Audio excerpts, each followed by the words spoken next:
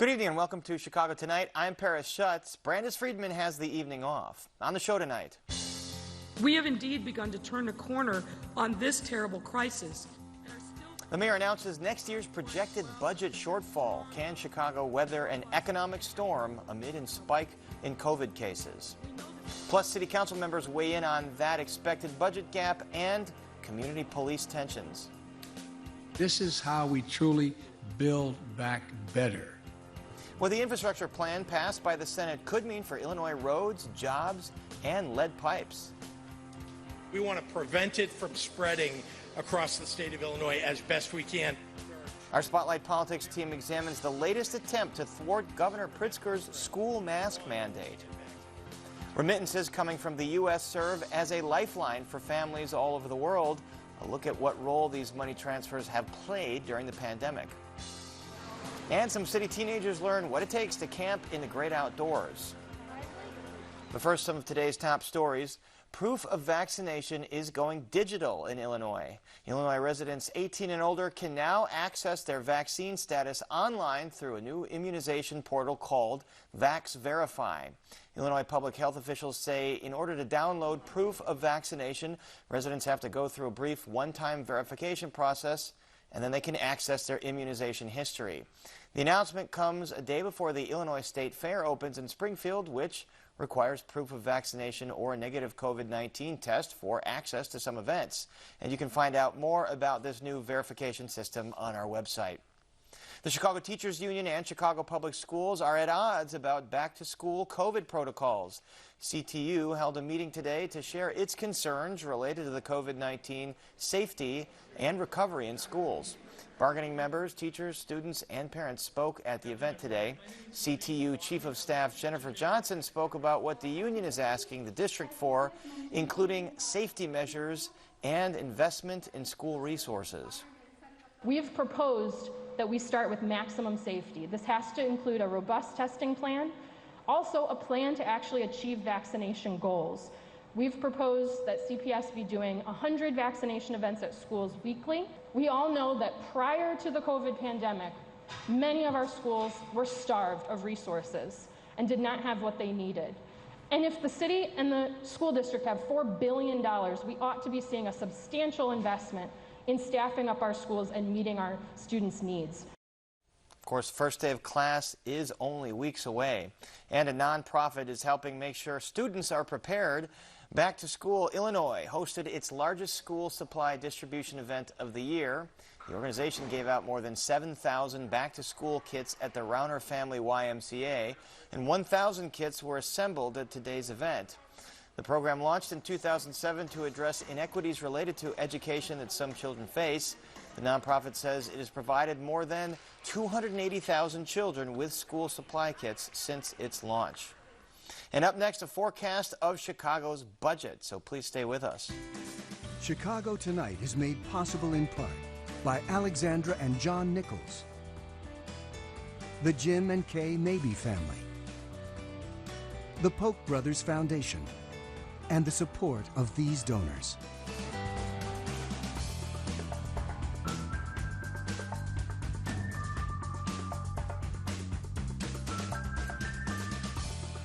The city has weathered storms over the last few evenings, but dark clouds still hang over Chicago's finances. The city's projected budget shortfall for 2022 is more than $700 million. Mayor Lori Lightfoot made the announcement today. Take a look. During budget season last year, we were able to see the pinprick of light at the end of the tunnel. And now that we haven't fully left that tunnel, we can see daylight in a way that we haven't seen since March of 2020. Consequently, our gap for this coming year will reflect that reality. And WTTW News reporter Heather Sharon joins us now with more. Heather, as you and I both know, we've covered a lot of budgets together. These numbers can be fungible and opaque. So are we sure that $733 million is the real number of the shortfall, given what COVID has wrought to the economy? Well, I think that's a crucial question because we all know that COVID cases are surging because of the Delta variant. And while Chicago finance officials said this was based on conservative revenue estimates, we've all seen how this pandemic can turn on a dime. So the city has to be prepared that it could be worse, although, of course, it could be better. No doubt COVID is a factor in the coming year's budget. Did the mayor talk about any other factors? It sure did. So the city's pension payments are ramping up significantly this year. It will be $255 million more that the city will have to send to its 4 pension funds to meet the state required levels. Also, the city owes the Fraternal Order of Police Lodge 7 rank and file members almost $275 million in retroactive pay, which is called for in the tentative agreement that the city has reached for the police union. Those 2 things, as well as increasing debt and personnel costs, are really what's swelling this budget deficit. And let's not forget that $500 million in borrowing that the city still is not sure it can use that federal stimulus money to pay back. Still trying to figure that out. So how does the city plan to address this shortfall? Well, we will get a detailed look at Mayor Lori Lightfoot's budget proposal next month in mid-September, and that's where she will detail sort of precisely how they're going to close that shortfall. We do have some clues, though. We know that the city plans to refinance about $1 billion in debt to save about $250 million, which will help defray that retroactive pay increase cost for the police union. But there are not very many easy tricks left up the city's sleeve because they dealt with the huge budget deficits back in 2020 and 2021 because of the pandemic. All right, last question, Heather. I think the average taxpayer wants to know higher property taxes, higher fees or fines. Well, we don't know about fees or fines, but there won't be a major property tax increase, Mayor Lori Lightfoot said today. There will be a property tax increase tied to the cost of inflation or the consumer price index. That was approved in last year's budget to sort of put the city on an automatic increase cycle. So that's going to raise about $20 million from Chicago property owners. But beyond that, the mayor said she didn't think she would have to ask for a larger property tax increase. All right, Heather Sharon will still be crunching those numbers for a while, I'm sure. Thank you so much. Thanks, Paris. And you can read Heather's full story on our website. That's WTTW.com/news. As we just heard from Heather, Chicago's revenue remains stunted by the pandemic, which has resulted in a $733 million budget shortfall for the coming year. Also today, City Council disclosed millions in investments toward violence prevention, child care assistance, and other programs using federal stimulus funds. And this comes as tensions have been heightened between the community and police in the wake of Officer Ella French's killing. And joining us to discuss all of this are Alderperson Carlos Ramirez Rosa of the 35th Ward on the northwest side, Alderperson Jeanette Taylor of the 20th Ward on the south side, and Alderman Anthony Beal of the 9th Ward also on the south side. Welcome all of you back to the program. Alderman Beal, I'll start with you. A $730 million gap for the coming year. First, do you buy that that's an accurate number given all the pressures on the city budget? And how will City Council go about filling that gap? It's absolutely not an accurate picture of the budget. When you look at everything that we're dealing with a $700 million pension payment that is due. And then you're looking at the fact that the administration did not bond an additional $500 million that was authorized to bond that we gave them last year. And so when you look at all these things, the administration is using federal CARES Act money for our day-to-day operation, and they're robbing Peter to pay Paul. All of these are one-time solution, one-time fixes that they're using. And so that 700 and something million that they're trying to use and get authorization out of the 900 and I think 980 million out of the CARES Act money, they're using that to plug our day-to-day operation whole. And so when you look at that, it's not going to work going forward. And there's a lot of borrowing, as you mentioned, that's out there that they're still trying to figure out if that federal CARES Act money can pay back. Alderman Ramirez Rosa, there are a lot of obligations in the coming year. $250 million in back pay to police officers if this new contract gets ratified. $2+ billion in pension payments. If COVID continues to rise, do you worry that that could make that budget gap grow even bigger? Well, I think the city of Chicago has been way too reliant on regressive taxation for a very long time. And when consumers stop spending, when you end up in a pandemic like we've been for the past, 18 plus months, of course you're going to see your revenue drop. I think that really speaks to the fact that our city really needs to rework where we get our revenue from. We need to get it from the folks who have the most ability to pay, not struggling people who have the least ability to pay, particularly during a pandemic where they're suffering job loss, where they're suffering, rising medical costs. The city is very lucky that we're getting a large infusion from the federal government. It's unfortunate, that the mayor is planning to play a shell game of sorts, to use that money to, make up some of the revenue that's lost, when we should be using that money to not just make up the revenue that was lost, but also invest in the communities the way that federal funding was intended to be used. And Alderwoman Jeanette Taylor, the budget for the CPD this year has been about $1.7 billion, and Mayor Lightfoot said it's likely to go up. The Democratic Socialist Caucus has opposed this kind of funding for CPD. They've called for less funding. So would you support a budget that funded CPD to this number? Of course not. Of course not. Us putting more money into CPD has not made our community safer. We have to make sure that people are able to make a living wage. We got to make sure that we're not taxing folks out. So are we going to go to a property tax increase again? Are we going to raise fines that are already over the top for people in our community? What will we do to balance budget?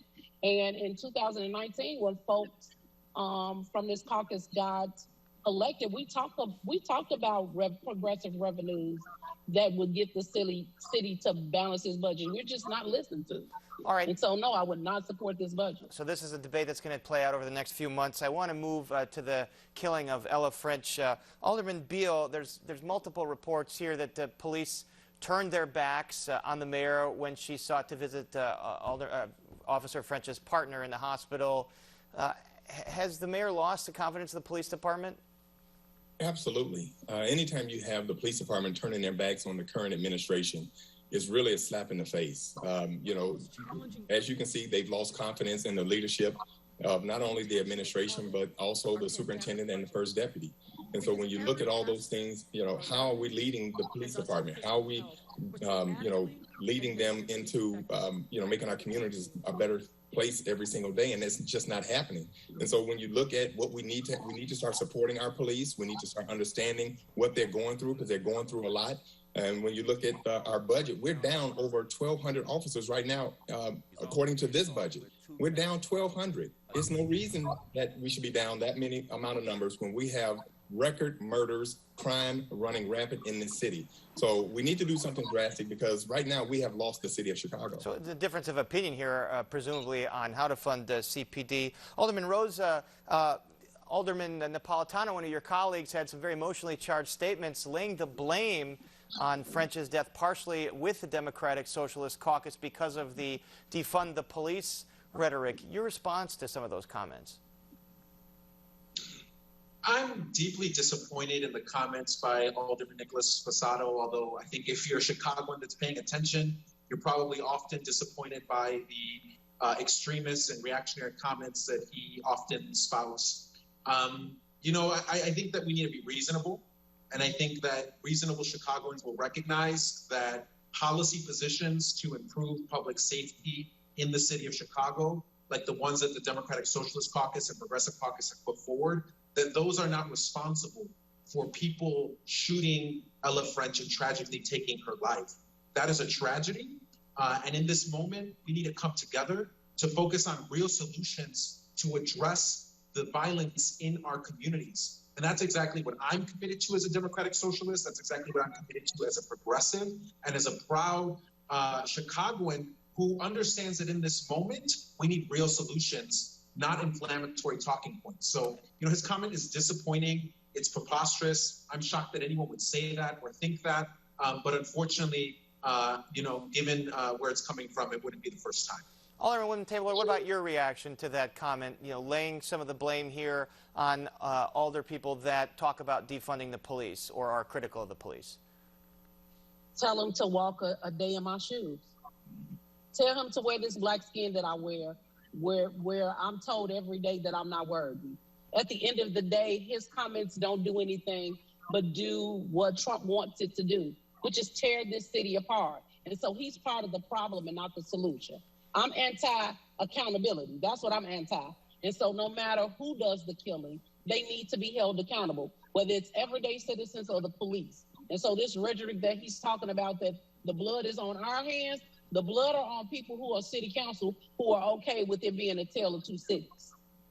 The people who need to be held accountable are the people who pulled the trigger, and they are arrested as we speak. All right. And so it's our responsibility to work together, and that's what he needs to do. And Alderman Beale, another part of this controversy is what the first deputy superintendent, Eric Carter, apparently said about not wanting the police officers to wait around for the traditional tribute with bagpipes to a fallen officer. That apparently has really upset the rank and file. What are you hearing about that? Well, that's another unfortunate comment that came out of the first deputy's mouth. It's unfortunate, the situation that we're in. We've lost one officer and the other one is fighting for his life. And it's a tradition for the men and women of the Chicago Police Department to have that honor, to have that last walk with the bagpipers into the coroner's office. And you see the coroner's office contradicted what the mayor and the first deputy are saying. They're saying that they haven't changed their policy because of COVID. So once again, we're not telling the people the truth. And I should interject because the mayor said that the reason for those comments from the first deputy superintendent were because of COVID policy. And basically what you're saying is the coroner's office came out and said that's not actually the case. The coroner's office put out a statement saying that was definitely not the case. And the bagpipers, they said that they never tried to interfere with anything. And it's a tradition. We have to make sure we honor the tradition of the men and women of the police department. When we have a fallen officer, that they are held to the highest regard, and that is just shows solidarity within the police department, and that should have taken place. Alderman Ramirez-Rosa, you helped negotiate the civilian police oversight ordinance that recently passed. You seem to have just competing factions, not only in city council, but the city, a group of folks that believe that the city does not have the back of the police department, that they don't understand the sacrifices police are making. And then on the other side, folks that believe that the police don't understand what over-policing is meant, especially for black and brown communities, and whether civil rights have been respected. How do you bridge this divide? The Empowering Communities for Public Safety Ordinance had the support of over 100 community organizations. They got the support of 36 aldermen. I can tell you, as one of the aldermen involved in those negotiations, every single one of those votes was earned. It took a lot of collaboration, a lot of discussion, a lot of compromise. We brought together a whole cross-section of the city council, moderate voices, centrist voices, progressive voices, to pass what is one of the most robust civilian oversight ordinances out of any major American city, to characterize accountability, to characterize democracy, inclusivity in decision-making in the ways in which our communities are policed as anti-police is wrong, and it's not rooted in reality. I think that if anyone were to do a comparative analysis, I think looking at the actions of big Democratic city mayors, to me, there's no question that Mayor Lightfoot has been one of the most, I would say, Blue Lives Matter mayors in the United States. 2/3 of our CARES Act money went to police overtime. The mayor just agreed to a 20% pay raise, including retroactive pay raises, which is going to cost the taxpayers of the city of Chicago a ton of money to give those police officers those pay raises. In addition to that, the mayor has come out and said some very, traditional, kind of tough on crime talking points. I don't really know what more the mayor could do at this moment in time to convince the police officers that she is giving them what they want. So you're saying that mayor may not deserve the criticism from the police officers that she's getting right now. I'll end with you, Alderwoman Taylor. How do you talk to someone like Alderman Napolitano or Sposato that just don't see eye to eye with your perspective? So let me say this about Sposato. I could have a conversation with him. We've agreed that politically we see things different, but I could have a conversation with him. But I cannot have a conversation with Napolitano, who just does not see anything but blue. And so there is no way around it. And I'm not there to convince them to change their thoughts. I'm there to work with them to figure out what's the compromise. How do we make safety available to everybody? How do we make communities have all of the things that their community has? And so that's not my job. I'm there as an organizer, and I'm going to organize around what the people in my community want to see. All right. Well, a lot of discussions to be had on this and the budget, and our thanks to Alderpeople Carlos Ramirez Rosa, Jeanette Taylor, and Anthony Beal. Now moving federally, the $1 trillion federal infrastructure plan is headed to the House after passing the U.S. Senate yesterday. The bill aims to provide cash for states to use on everything from rebuilding roads to increasing broadband internet access, and Illinois stands to receive $10 billion just for highways, much to the delight of many engineering and contracting groups. And joining us to hear what this bill does mean for Illinois are Reverend Larry Bullock, President and founder of the U.S. Minority Contractors Association, Kevin Ardle, President and CEO of the American Council of Engineering Companies of Illinois, and Joe Sweeterman, a professor at the School of Public Service at DePaul University and a transportation expert. Welcome all of you back to Chicago Tonight. I want to start by listing out what exactly is in this big infrastructure bill for Illinois. So $10 billion, as we mentioned, for federal highway projects, $1.4 billion for bridges, $4 billion for mass transit, $149 million for electric vehicle charging stations, and $100 million to improve broadband internet access. And there is the opportunity for Illinois to get even more money in the form of grants than what's already here. Kevin Ardle, does this meet the bulk of Illinois' infrastructure needs? Well, this puts us in a great position to finish off the backlog of work that Rebuild Illinois started, but more than that, really modernize our surface transportation network. And I think Senator Duckworth and Senator Durbin did a great job of drafting a bill that really caters and is posited on Illinois' needs. Joe Sweeterman, $4 billion for mass transit. What does that mean for CTA, PACE, and Metra? You know, on top of the CARES Act and the stimulus bailout bills, with this, you really see a commitment to transit. That's all good. I think the tough part is we're going to enter a period where transit's going to dramatically have to change to rethink how it delivers its product post-pandemic, work from home. And we hope the bill pushes agencies to think creatively rather than a business as usual approach. But there's a lot to celebrate here. And Reverend Larry Bullock, what about jobs for contractors and workers that will be needed to rebuild and build some of this infrastructure? Well, thank you.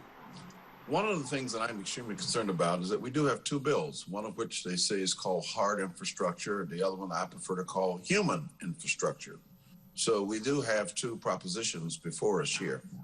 And the first proposition, the hard infrastructure, I and my membership are quite concerned about workforce development and how that fits into the Build Back Better, how that fits into Rebuild Illinois, because historically those jobs have not gone to minority, black and brown communities for obvious reasons, part of which is the union, part of which is a lack of entrepreneurship. So I had an interview with the Washington Post and the Marco Foundation, and I was telling them my main concern is the flow of funds to the state and how public policy will be shaped to ensure that those funds go into legitimate workforce development programs. And they can't always be run out of the government. And I hope my guests will agree with me that we can do more in the private sector than they can in the public sector. So what you're saying, Reverend Bullock, is workforce development to make sure that there are enough qualified workers, especially in black and brown communities, to take some of these jobs. That is absolutely correct. Kevin Ardle, what are the specific projects that are shovel-ready, that are going to get going right away? You mentioned Rebuild Illinois, the state infrastructure package. What are the big-ticket items that are ready to go? Well, one of the challenges is you have to design something before you can build it, and Illinois' lack of funding over the last 20 years has really reduced the design budget. But what you have is an options are available right now on the Stevenson Expressway. There's preliminary designs on Eisenhower Expressway, so those two are in a good position to benefit from these projects. Statewide, you're looking at I-270 downstate in Madison County, and rebuilding the bridge over the Mississippi there is in ready position. And more than that, the city, led by Alderman Villegas, and then counties across the state made investments in their own infrastructure programs so they can have better utilization and leverage of federal funds. So over the last 3 years, Illinois has really put themselves in a great position to leverage the maximum amount out of this infrastructure bill. As we said, there's some matching funds here. There's some grants that Illinois could get after. Joe Sweeterman, another big need in Chicago especially is replacing lead water service lines, which the mayor has estimated would cost something like $8.5 billion. This bill has $15 billion total for the nation for this project. So will it be able to cover the cost for Chicago's replacement program? It certainly won't be enough, but I think what we have to say, Chicago stands alone, that we are the worst city in the country in terms of lead pipe, in terms of the scale of the problem. And really, Mayor Emanuel and Mayor Lightfoot have made this priority, but boy, with our budget situation, this is a welcome relief to have federal stimulus money earmarked towards something this specific, particularly in marginalized neighborhoods, South Side, Southeast Side. We just have problems that the city budget can only make a small dent in. We hope this is a down payment on bigger funding, perhaps in a second bill, but it's legitimate public health crisis in this city, and I'm pleased that there's specific funding which Chicago will get a big piece of this. And some Chicago homeowners are already eligible to tap into some of that money to replace lead service lines, water service lines, that is. Reverend Larry Bullock, you got into this distinction between hard and soft infrastructure mentioned. So there's this bipartisan infrastructure bill, and then there is a budget bill that's about $3.5 trillion that Democrats have proposed and have acknowledged they would probably have to pass on a party line reconciliation vote. So what is the soft infrastructure that you're talking about? Well, the soft infrastructure I'm talking about is how you mitigate against inflation, and you mitigate inflation by putting people to work, paying taxes, businesses operating successfully. And so often when we talk about infrastructure, we just look at a big bridge or look at the water system. And certainly I agree with my previous speaker that we need to do something about wastewater treatment and sanitation and so forth. We all know about Flint, Michigan.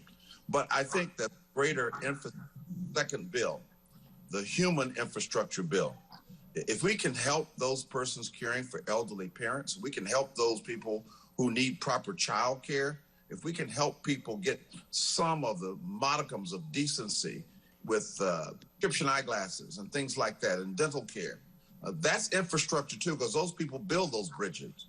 Those people, in fact, provide the sweat and labor to make sure that our economy is functioning. So I'm a big proponent right now on looking at equity disparities in workforce development, but also looking at things such as child care tax credits, caring for the elderly, giving people reasonable leaves from their job to care for an elderly parent or grandparent. That to me is also infrastructure. So I call that human infrastructure. And what we're doing here at U.S. Minority Contractors, we can do two things at once. We can chew gum and walk at the same time. And we're not just going to let the billions of dollars flow through the coffers and the system remain the same. It's got to change. All right, Kevin Ardle, I want to touch on that issue of workforce development that Reverend Bullock has brought up.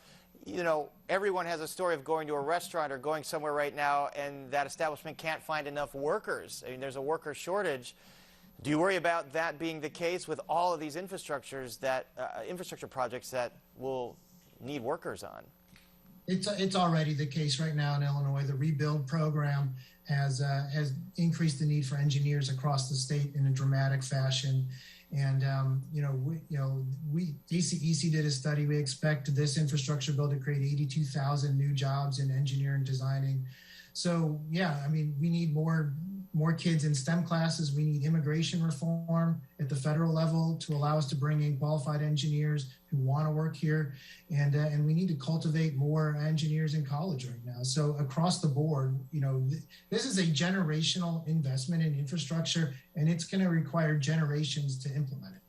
All right. Well, lots more to come. As we mentioned, the House still has to pass this bill. We don't know if they're going to do that yet, and then the President will have to sign it. And our thanks for now to Reverend Larry Bullock, Kevin Artle, and Joe Sweeterman.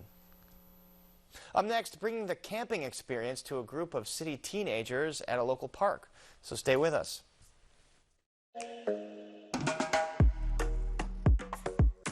It really is about community where we all come together. Chicago needs to make space for everyone.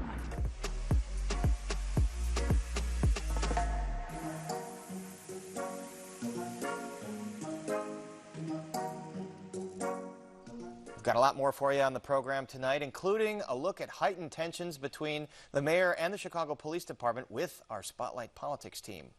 But first, roasting marshmallows, cooking over a campfire, and pitching a tent. All that sounds fun, right?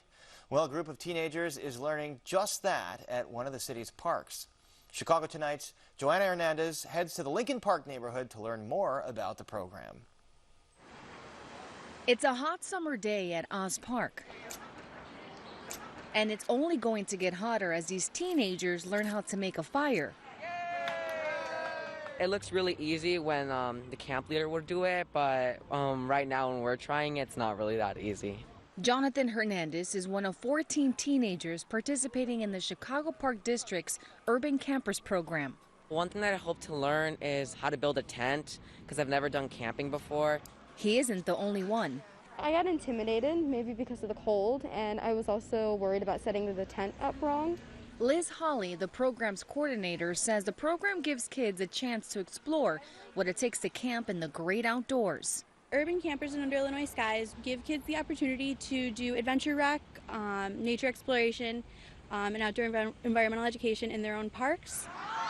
This is the first year the Chicago Park District is offering a program like this for older kids, a unique experience where participants learn everything from creating a fire, pitching a tent, and team building, and oh yeah, enjoying sleeping under the city stars. You don't learn this stuff in school, so it's something like a lot of kids would like to learn. High school junior Cielo Gonzalez says camping has helped her navigate through the lows of the pandemic. It's very life-changing because you have to rely on yourself a lot more. It's just, you're disconnected sometimes, and it's just very challenging, and I think you'll open your eyes out to new experiences. The camp lasts an entire week, and on the last day, these teenagers get to put all their skills to the test by having an overnight campout. I want them to embrace how they connect with nature and what they think is fun in the outdoors for adventure rec, and I want them to feel comfortable going out and exploring and feel confident in their ability to be safe, but also to adventure and be curious. Despite COVID putting a stop to dozens of summer programs across the city, Holly shares now more than ever, people are searching and doing activities outside. We wanted to be as safe and as careful as possible, but also knowing that we do have an advantage being outdoors, having lots of green space. A big green space to explore right in a local park. For Chicago Tonight, I'm Joanna Hernandez. Important skills to learn. I could use a refresher on my own camping skills. The Chicago Park District is planning to provide its Urban Campers program again, as well as many more, next summer. And if you're interested in learning more about this program, you can head on over to our website. And still to come on Chicago Tonight, remittances coming from the U.S. serve as a lifeline for families across the globe. We look into what role these money transfers play during a crisis like COVID-19.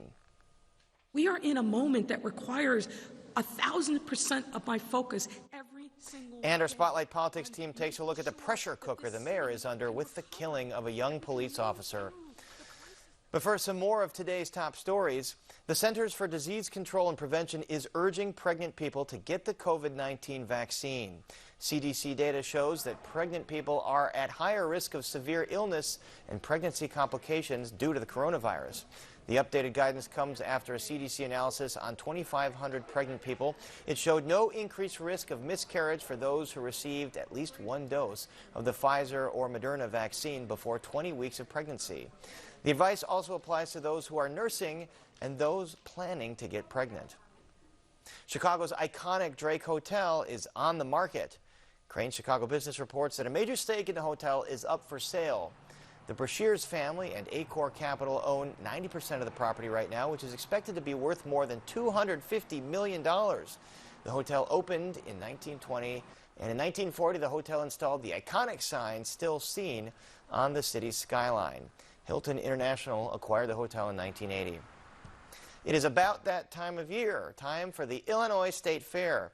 And this year, officials are commemorating the 100th anniversary of one of the proudest traditions at the State Fair, the butter cow.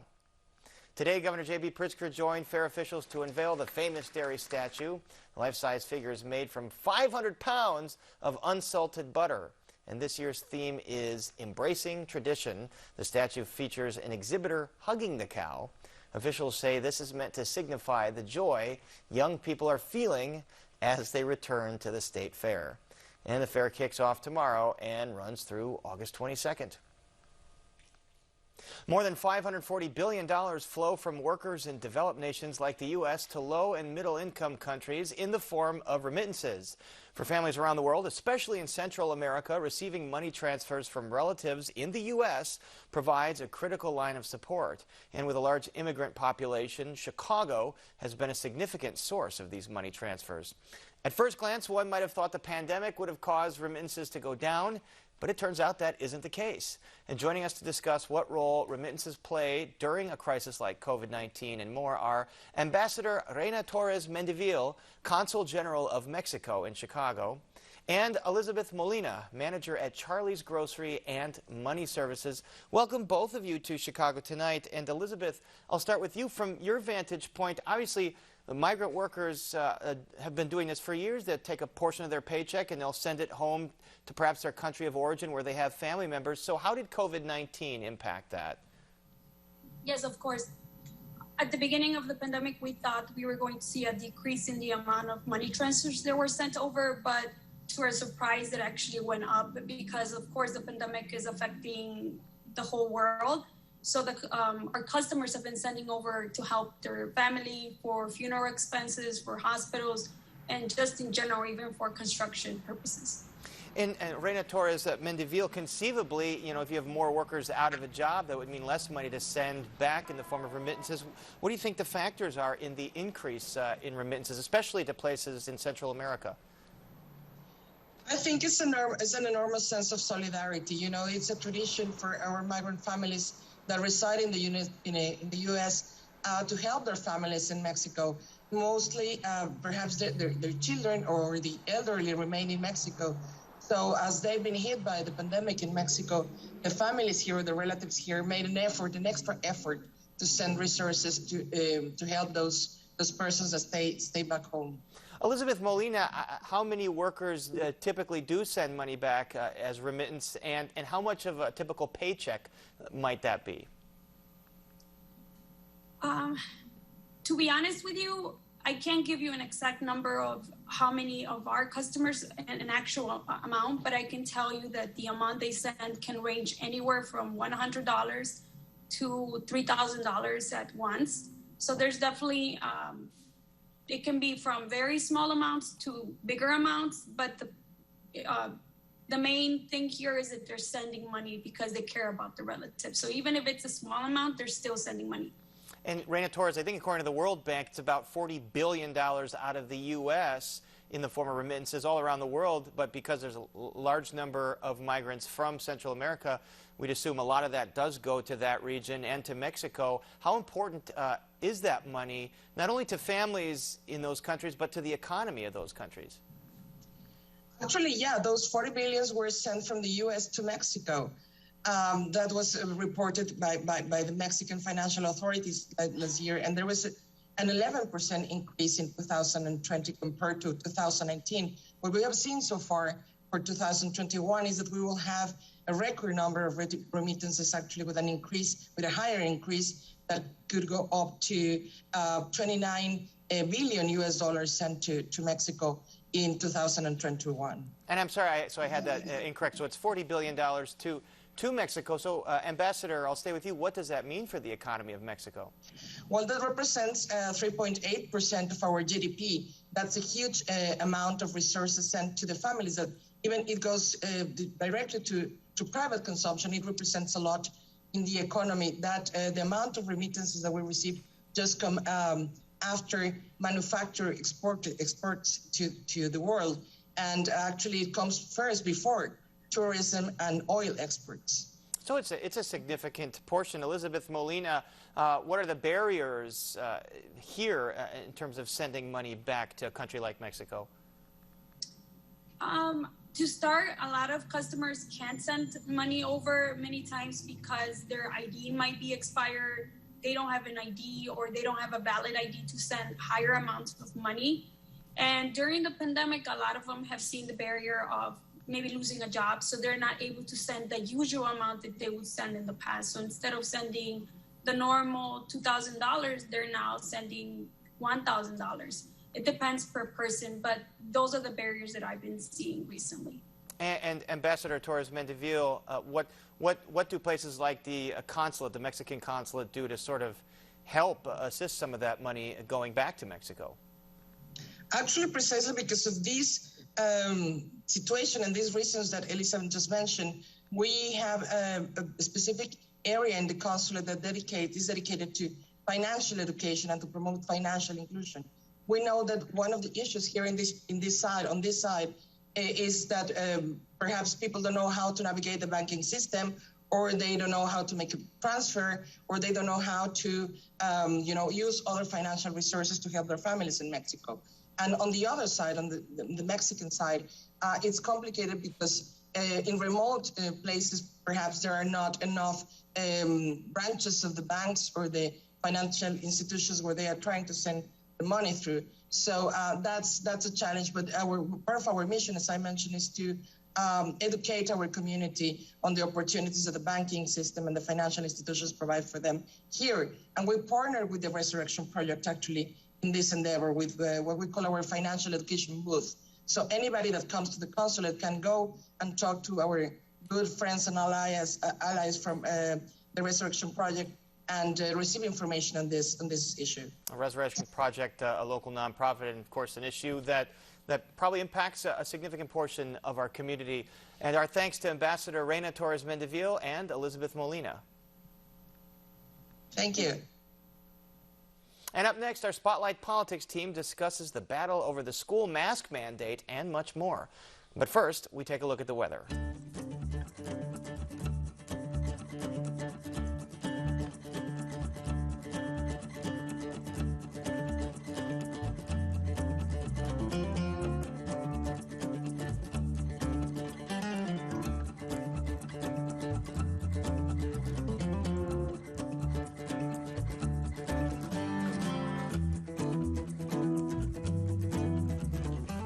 The first Chicago police officer to be fatally shot in the line of duty in 2 years sets off a host of behind-the-scenes fights. Here with all that and more is our Spotlight Politics team. Joining us tonight, our WTTW News reporter Matt Masterson, who's been covering the killing of police officer Ella French, plus our Heather Sharon and Amanda Vinicky. Good to see all of you. I'll start with you, Matt. More and more details come out about that night and about that shooting. What is the latest we know about exactly what led up to the death of that police officer? So this was a traffic stop that happened on Saturday night. Officer French and 2 other officers pulled over a SUV just for expired plates. It seemed like it was going to be a routine traffic stop, and it erupted very quickly into some chaos, according to the prosecutors who outlined this in a bond hearing yesterday. After they pulled over the SUV, they got the 3 occupants, Amante Morgan, his brother Eric Morgan, and a woman who was there out of the car. And then Amante apparently started resisting. He had a drink in his hand and a phone in his hand and started getting into a bit of a physical struggle with one of the male officers. His brother Eric Morgan then started to run away and was chased by another officer. And as Officer French came around to help with the struggle that was going on between Amante Morgan and the officer, Amante allegedly pulled out a gun and fired and shot both of them. One was obviously, Officer French was fatally wounded. The other officer was critically wounded, and he's still in critical condition as far as we know. But that's the latest details that we've gotten out of bond court yesterday. And reportedly, Heather, the parents of both officers had harsh words for the mayor. Obviously, it's an emotional time for those families. What do you know about what kinds of words were exchanged? Well, when Mayor Lightfoot went to the emergency room where both Officer French and her partner were taken, she attempted to approach Officer French's partner to express her condolences when the partner's father, who is a retired CPD officer, we understand, really sort of laid into her and blamed her specifically for his son's injuries and the death of Officer French. It was a very heated conversation. And then the mayor left, and then at some point, quickly before she addressed the news media, a group of 10 to 15 officers pointedly turned their back to her, really symbolizing the huge breach that the death of Officer French has really illuminated between the police department and Mayor Lightfoot, who is really being pushed on all sides on police issues. Although you heard Alderman Carlos Ramirez-Rosa try to make the point earlier that she's been more pro-police than anti-police. Amanda Vinicky, how bad are relations between the police department and the mayor, and has it been this bad before? I mean, they are certainly incredibly fractured, as you see from the turning of the backs. That's obviously high emotion at this point in time. I think you can see it not just through that, through these prolonged extracted contract talks that are finally coming to fruition. But then again, that was also something we saw under Lightfoot's predecessor with Mayor Rahm Emanuel, unable to reach an agreement with the Fraternal Order of Police. Things have certainly become heated, not just in Chicago, but across the nation. While Alderman Ramirez-Rosa, again, I mean, I think you hear it right there, says she's been more pro-police. There are certainly a whole lot of organizations, groups that would say, hey, no, she hasn't defended the blue anywhere near enough, while there are calls to completely defund the police department. So she really is, I think, in a sense, in a no-win situation with this one. And certainly with a tragedy like this, there is no win. But I have to say, you know, an observation here is a lot of times she's been the only thing standing in the way of some of the folks that want to defund the police because, you know, she's saying more funding for the police, and they're criticizing the funding level that she has supported for the Chicago Police Department. There's also debate about what happened to the bagpipers for Officer French's salute. Let's take a look at what the mayor had to say. My understanding is there was no official honor guard that night. There was, I'm going to choose my words carefully, I think well-meaning, but not well-organized group that wanted to hijack the procession, which would have meant that the family would have been delayed exponentially in getting to the morgue. And we have some video that the CPD tweeted of that procession. And while we look at that, Heather, I'll ask you, the medical examiner, as Alderman Beal said earlier, said there was no violation of any COVID protocols. So what's the disagreement here? Well, it's really not clear why there was not the ritual that greets the death of every officer who has died in the line of duty, dating back through, you know, human memory in Chicago. Bagpipes play and honor guard processes, and it's not clear why First Deputy Eric Carter called it off. And there's radio chatter of him saying to just bring Officer French's body into the medical examiner without waiting for that honor. And it's not clear why. Today, the mayor did suggest that it was due to protocols in place by the medical examiner's office. The medical examiner denies that. She says there was no change to stop the spread of COVID. So it's not really clear what's happening, but it is clear that many officers, including the president of the Fraternal Order of Police, John Cataranza, saw this as a direct insult to them and to their honors and to their ability to pay tribute to Officer French. And it rankled many officers, and it's not clear that Mayor Lightfoot did anything but sort of, help the flames grow higher today by creating this sort of question about whether it was COVID related. So kind of adding on to some of the enmity felt there right now. Speaking of enmity, we did talk about the straw purchase of the gun on last night's show. Well, today the man who admits to buying the gun for his friend that was allegedly used in that killing was released on bond, and Police Superintendent David Brown did not mince words in his reaction to that. He said It's an outrage. The decision sets a dangerous precedent that straw purchasers like Danzy are not a danger to society, despite the fact that his alleged actions directly led to the murder of a Chicago police officer and left another in critical condition. Jamel Danzy, obviously the suspect here that is charged with trafficking the weapon. Matt Masterson, why was Danzy released, and what do you make of this reaction?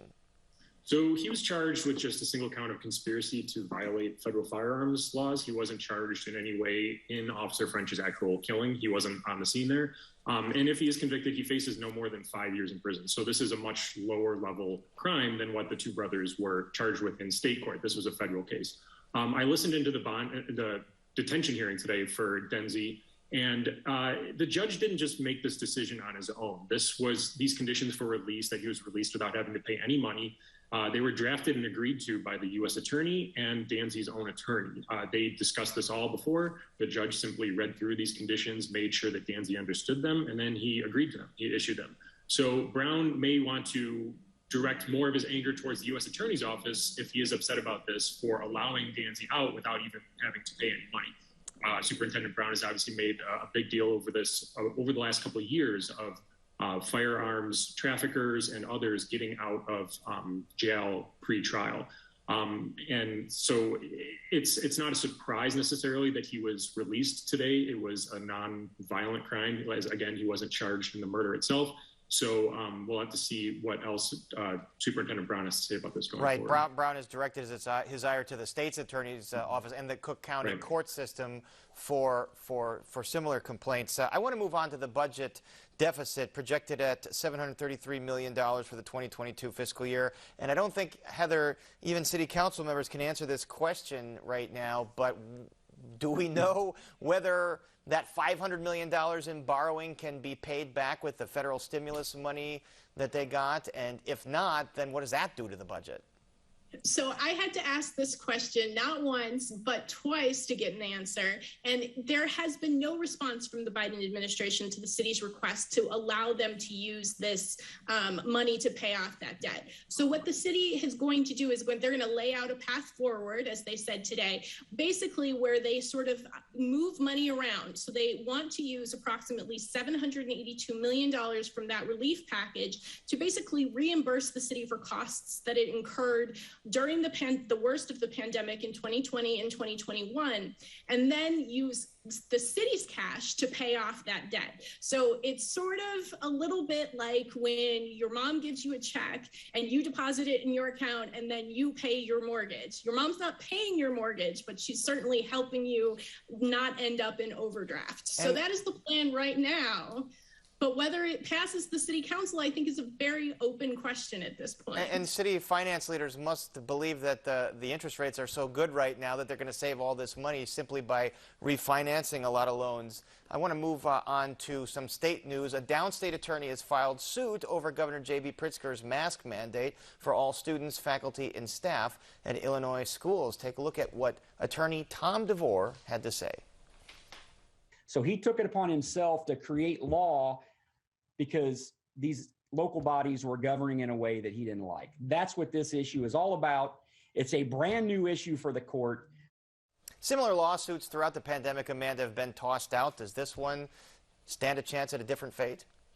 Well, so similar, but not the same, which is actually what you just heard DeVore arguing right there, is that, yes, he has been the attorney on various lawsuits when you had businesses fighting restrictions put forward by Governor J.B. Pritzker. But the legal argument there was that the governor continued to make disaster proclamations after 30 days. And the argument was trying to be, hey, 30 days have passed. You can't just sort of continuously and forever claim that there is a disaster without bringing in the legislature. That is a tyrannical sort of behavior, and the executive being a upper branch of government versus a co-equal one. And so that is sort of what is in common with this lawsuit there. A different legal argument, however, that DeVore is pursuing. So as he said, this is a first test for it, but I think we've certainly seen things play out elsewhere, that mandates, vaccine requirements are certainly suitable due to the COVID pandemic is very much a disaster and an emergency. And speaking of things that have played out over and over again, it looks like the Chicago Teachers Union and Chicago Public schools are again in disagreement about what back to school should look like with COVID protocols. Heather, could this lead to more labor strife, to possible walk-off and a delay in kids going back to class? I don't think that that's likely at this point. The issue is really over how often teachers and students should be tested, because many students, especially in elementary school and even some in middle school, aren't yet eligible for the vaccine. And there's a lot of talk about whether the city and the union will agree to a vaccine mandate. And for those teachers who aren't vaccinated, how often will they have to be tested? It sounds like the union wants once a week. The city wants to have a little bit more flexibility to say, well, based on conditions, and not have it be a hard and a fast rule.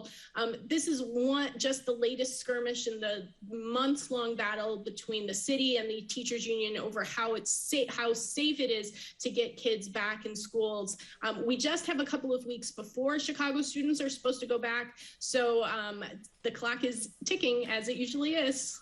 These battles with the teachers union and with the Fraternal Order of Police, between them and the city, they just go on and on and on. But we are glad that you all are here to analyze this and more, and our thanks to Matt, Heather, and Amanda. And we're back to wrap things up right after this.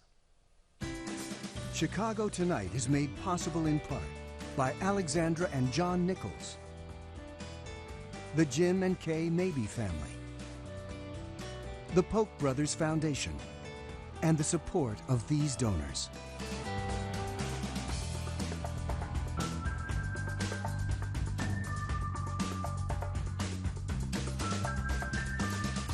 And that's our show for this Wednesday night. Please join us tomorrow night, live at 7. And now for all of us here at Chicago Tonight, I'm Paris Schutz. Thank you for watching. Once again, stay safe, stay indoors if those storms are approaching. Have a great night.